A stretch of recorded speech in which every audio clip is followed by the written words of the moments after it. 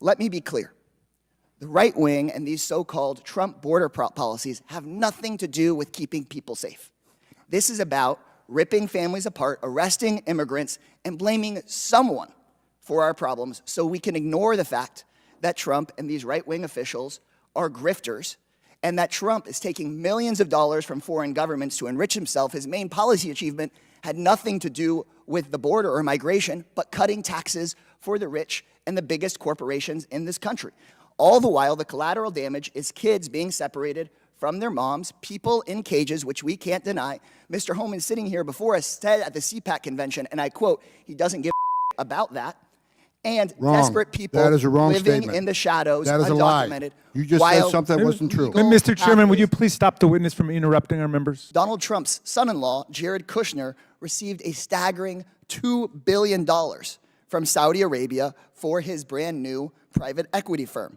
And while Hunter Biden never had any say over U.S. policy, Mr. Kushner got this $2 billion 6 months after working in the White House as a senior advisor on Middle East policy.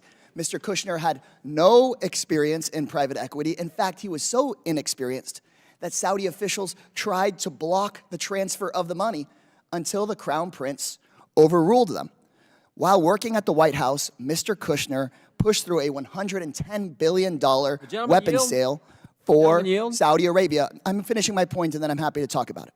He then defended the deal in the wake of the Saudi government's murder of journalist Jamal Khashoggi. And while this may all just be a coincidence, there's many questions. Like, was any of this money passed along to Trump? Was the Saudi money a thank you for a job well done in the White House? Was Jared given this money in exchange for anything else?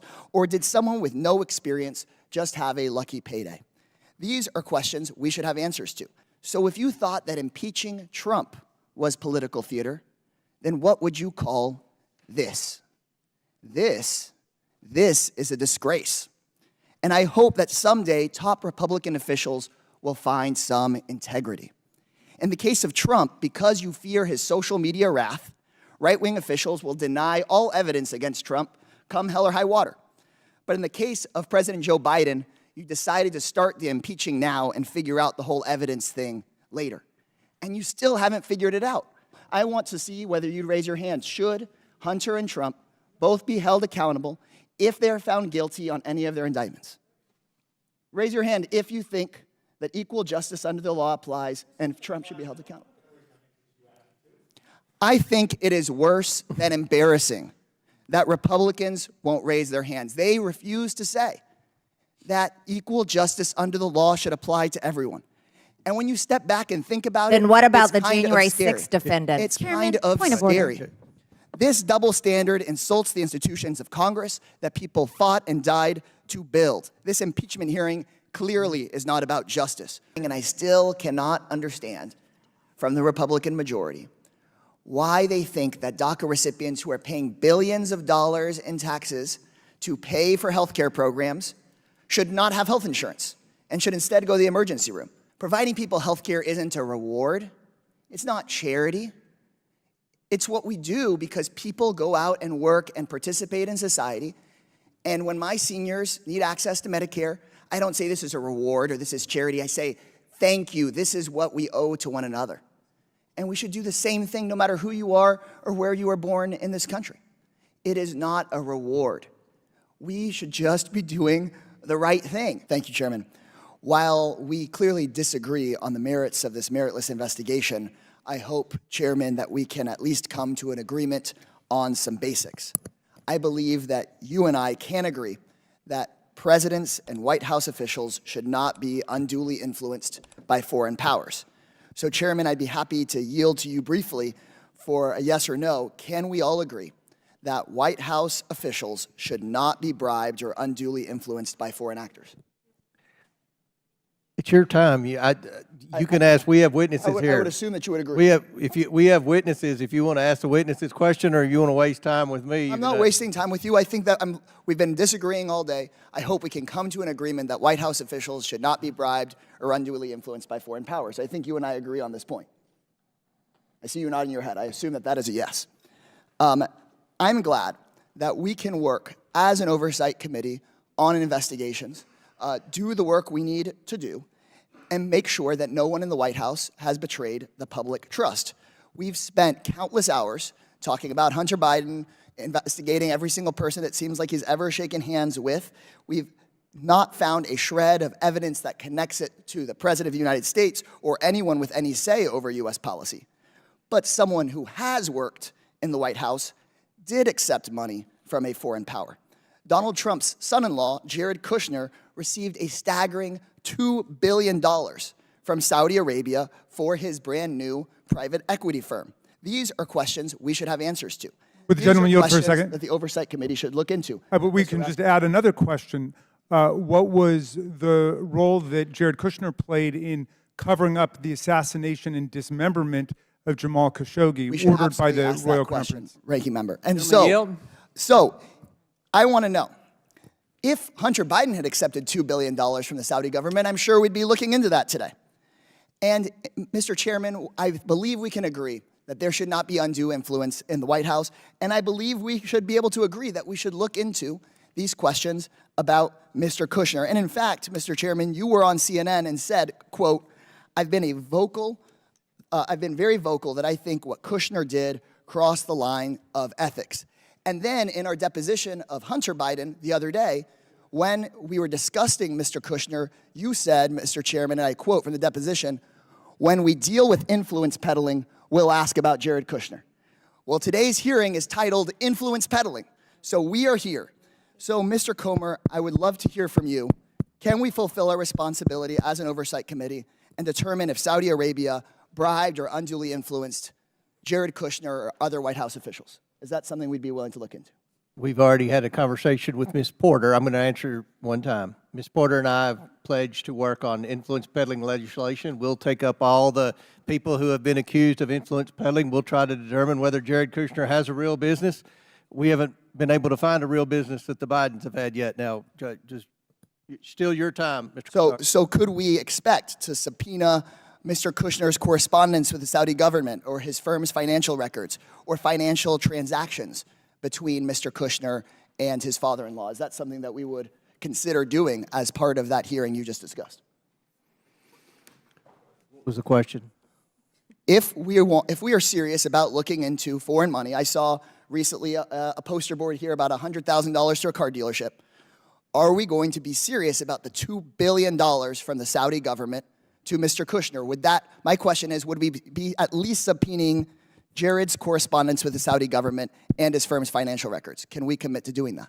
I think it's important to see if there were real legitimate businesses. And if there was influence let me peddling? ask you a question. What business was Hunter Biden in? We heard explicitly from Mr. Biden. We heard explicitly from Mr. Biden about his extensive business record and his experience on boards. We heard about that. Time's Mr. expired. Kushner, on the other hand. Chair now recognizes $2 billion. Mr. Fallon for 5 minutes. Thank you, Chairman. Mr. Homan, you began as the Trump ICE acting director at the end of January of 2017. Is that correct? I think the date is January 30th, 2017. Does that sound more or less right? Yes. And you recall on your first month on the job, Operation Crosscheck, which was a large-scale immigration enforcement action across multiple cities. Do you recall that? Not specifically, but we did a lot of operations like that. It was a very significant operation targeting communities in multiple states starting on February 6th, 2017. The ICE officials at the time said this was about going after, and I quote, criminal aliens and making us less safe. But they said that this was about making us more safe. But in my community of Austin, Texas, the majority of people arrested and separated from their families had no criminal conviction at all. Do you recall this? I don't specifically recall that, but there's no prerequisite in immigration law that says you I can't understand, commit but another crime to be arrested for being in the country illegally. I understand that. Your ICE spokeswoman at the time said that, quote, the purpose of the operation was removing from the streets criminal aliens and other threats to the public. But then a majority of people arrested had no criminal conviction. Does that square up for you? I don't recall that. I find that. I have another question for you, sir. Are you aware that your chief of staff, when they were asked this question, wrote emails asking agents to come up with, quote, top 3 egregious cases in order to deflect criticism? And if there weren't 3 egregious cases, go include a case from a different city. Are you aware of that? No, I'm not. So you're not aware of what your chief of staff was writing? I don't know every email he writes. No, I don't. There was an email directly to you from DHS Secretary Kelly asking for this issue to be addressed. Then, in my city of Austin, Texas, ICE officials were told they failed at this task because the egregious case that they wrote up was from before the time of the operation. Do you recall that? I recall when I was ICE director, we arrested thousands of criminal aliens. You're not answering my question. Reclaiming my time. Case. Reclaiming my time. Do you recall that when we were asked whether this had to do with public safety, that then Agent LaRon Bryant said to federal judge Andrew Austin that the reason for these ICE operations was not related to a safety protocol, but instead was a result of the Travis County, where Austin is, new policy that would target criminal enforcement on immigrants rather than deporting non-criminal immigrants. Do you recall this? No. So you don't remember that Agent LaRon Bryant said under oath that under you, in your first month as director, that there was a targeted operation at a city because of a policy choice from a local elected official. You don't recall that? I had 20,000 people under me. I don't recall every You don't recall this from your said. first month. No, I understand. While legal pathways to migration remain closed and are getting even more closed, folks here saying they care about sexual assaults by cartels, give me a break. The Republican policies of trying to close legal pathways towards migration is the best blessing that cartels could have ever asked for. By making it harder for people to apply for parole, by making it harder for people to seek asylum, Republican policies are exactly what the cartels would like. Y'all are making the cartels money. Y'all are making the cartels money by trying to slash addiction services, by trying to slash helping people with mental health. Then, yeah, you're helping the cartels. If I was a cartel leader, I would be picking the Republican policies being proposed in H.R. 2 every day of the week. You have people like Governor Abbott saying he would shoot migrants coming across the border if he wouldn't get prosecuted for murder for it. You've got Trump saying immigrants are going to poison the blood of our country. Don't come here and say that you actually care about the safety of those immigrants. If you cared, then we would update our immigration laws for the first time since basically I was born, so that people could apply safely and wouldn't have to go to a cartel and wouldn't have to go to a criminal organization. Immigration is a good thing. Immigrants are less likely to commit crime, more likely to start small businesses, help us economically. Sure, the food and the parties are much better with us here, but in our system, we have to open up legal pathways, and let's not say that this is about safety, because every step of the way, your agency lied and said it was about safety while you were separating kids. Someone's time has expired. To the witnesses, if someone says something that hurts your feelings, just leave it there and don't interrupt the members. Respect their time. The chair now, I recognize myself for 5 minutes for questions. Mr. Holman, we've heard discussion about using technology to secure the border, but technology really doesn't secure the border. It allows you to see who's coming to the border. And if you've got agents tied up processing people crossing illegally, it really doesn't do anything in terms of interdiction. Is that correct? Could I respond to the earlier remarks, sir? That was saying I did something that wasn't said at all? I think it's important we set the record straight here. I never said at the CPAC I didn't care about family separation. What I said was I didn't care about... Mr. Chairman, was he recognized for this purpose? Is this from your time? The chair recognizes you make it as brief as you possibly can, and I think you've already said you didn't I've never said I didn't care about family separation. What I said I didn't care about being sued because I get to give a sworn statement that set the record straight. Okay. I want to get back to some things here. When you have Chairman, I'd like people- to enter into record this article from Newsweek. Mr. Trump's the ICE gentleman's director not doesn't care recognized. The about gentleman's families not- being separated at the border. Thank you. Reclaiming my time. Mr. Chairman, is it in order now for me to enter things into the record? Yes.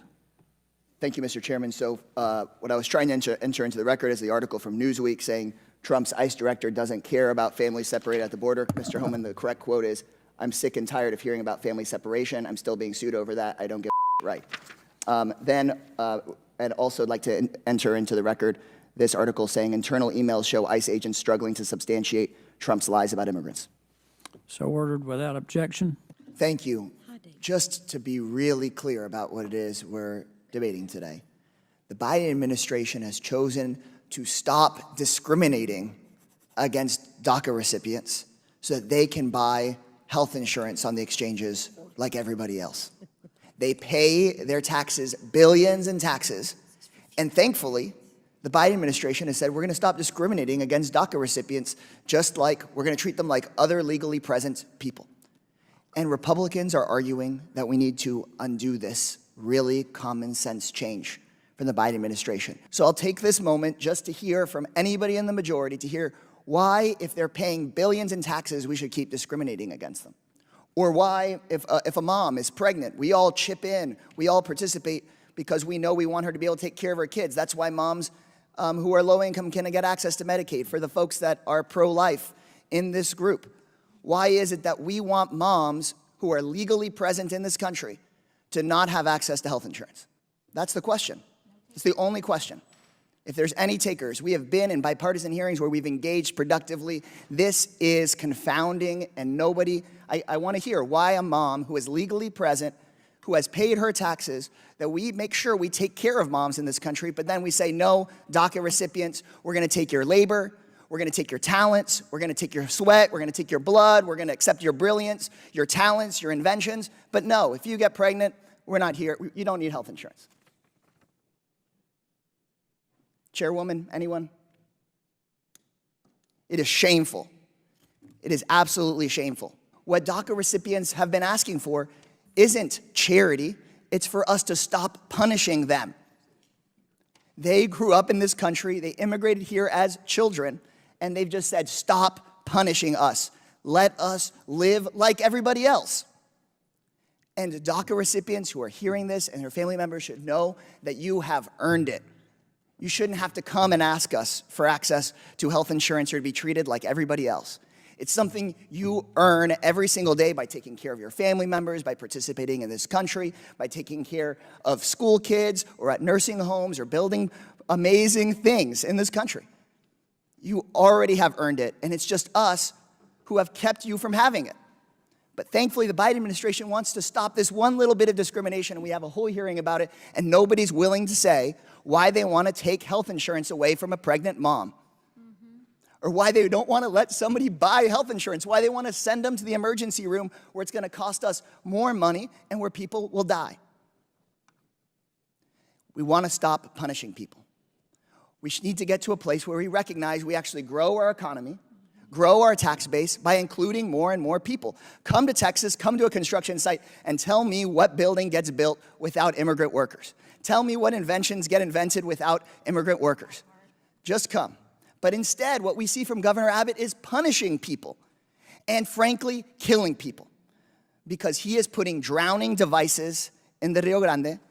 A trooper just blew the whistle and said that they are putting out orders that will kill people.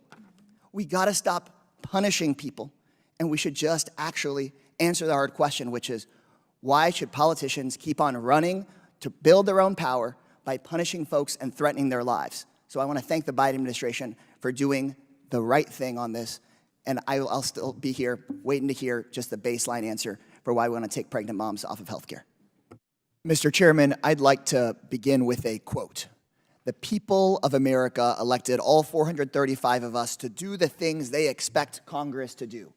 Real business, not theater. Try to have some type of prescription drug reform legislation this year. But instead, the majority party is conducting baseless impeachment hearings. Who do we think said this quote? Was it Nancy Pelosi? Maybe Ranking Member Jamie Raskin? Mr. Chairman, you might recognize that quote because you said this in 2019. You said it on the floor of the U.S. House, saying impeaching Donald Trump was political theater.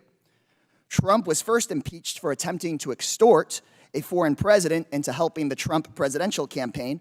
And if you didn't consider that criminal, how about when Trump was impeached trying to overthrow the results of the presidential election and then incited a violent insurrection against the government? Your own Republican-called witnesses today say they don't see the evidence to impeach President Joe Biden. Bunch of stuff about Hunter this, Hunter that, but they've said they don't see the evidence to impeach Joe Biden. That is a disgraceful double standard. It damages our democracy, insults the institution of Congress, and more than anything, disgraces this body in the eyes of the American public. This inquiry is a cynical attempt to tar everyone, to make everyone look suspect, make everyone look corrupt, so that voters just give up and say, there's not much difference here. But we cannot give up on discerning truth from propaganda. We cannot give up on our collective governance.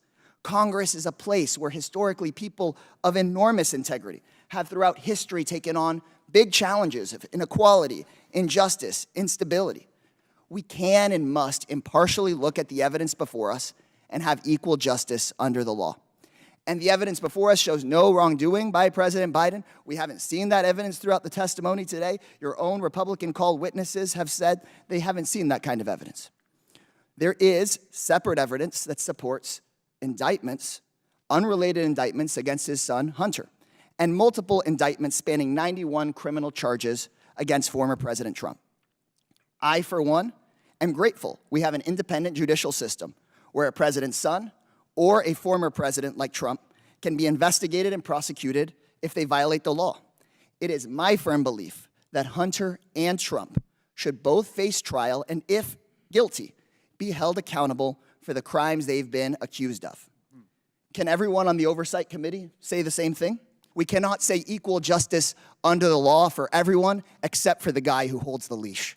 I'll yield the rest of my time to Ranking Member Raskin. Thank you. I think as you were being interrupted by several colleagues, I heard one question posed by the distinguished gentlelady from Georgia who said, what about the January 6th defendants, all of whom had lawyers, due process, the presumption of innocence, and they were convicted of various things, including assaulting federal officers and metropolitan police. What about as well as Antifa Capitol BLM Police. rioters point and of $2 billion of damage Mr. Raskin, in if I America? can take my time back. Yes, I'll yield We've back. heard, because it wasn't on the microphones, multiple members saying it's wrong that January 6th rioters were convicted by a jury of their peers. That is disturbing. We've started to get used to it, but we can't get used to it. It's Gentleman's scary. time has expired.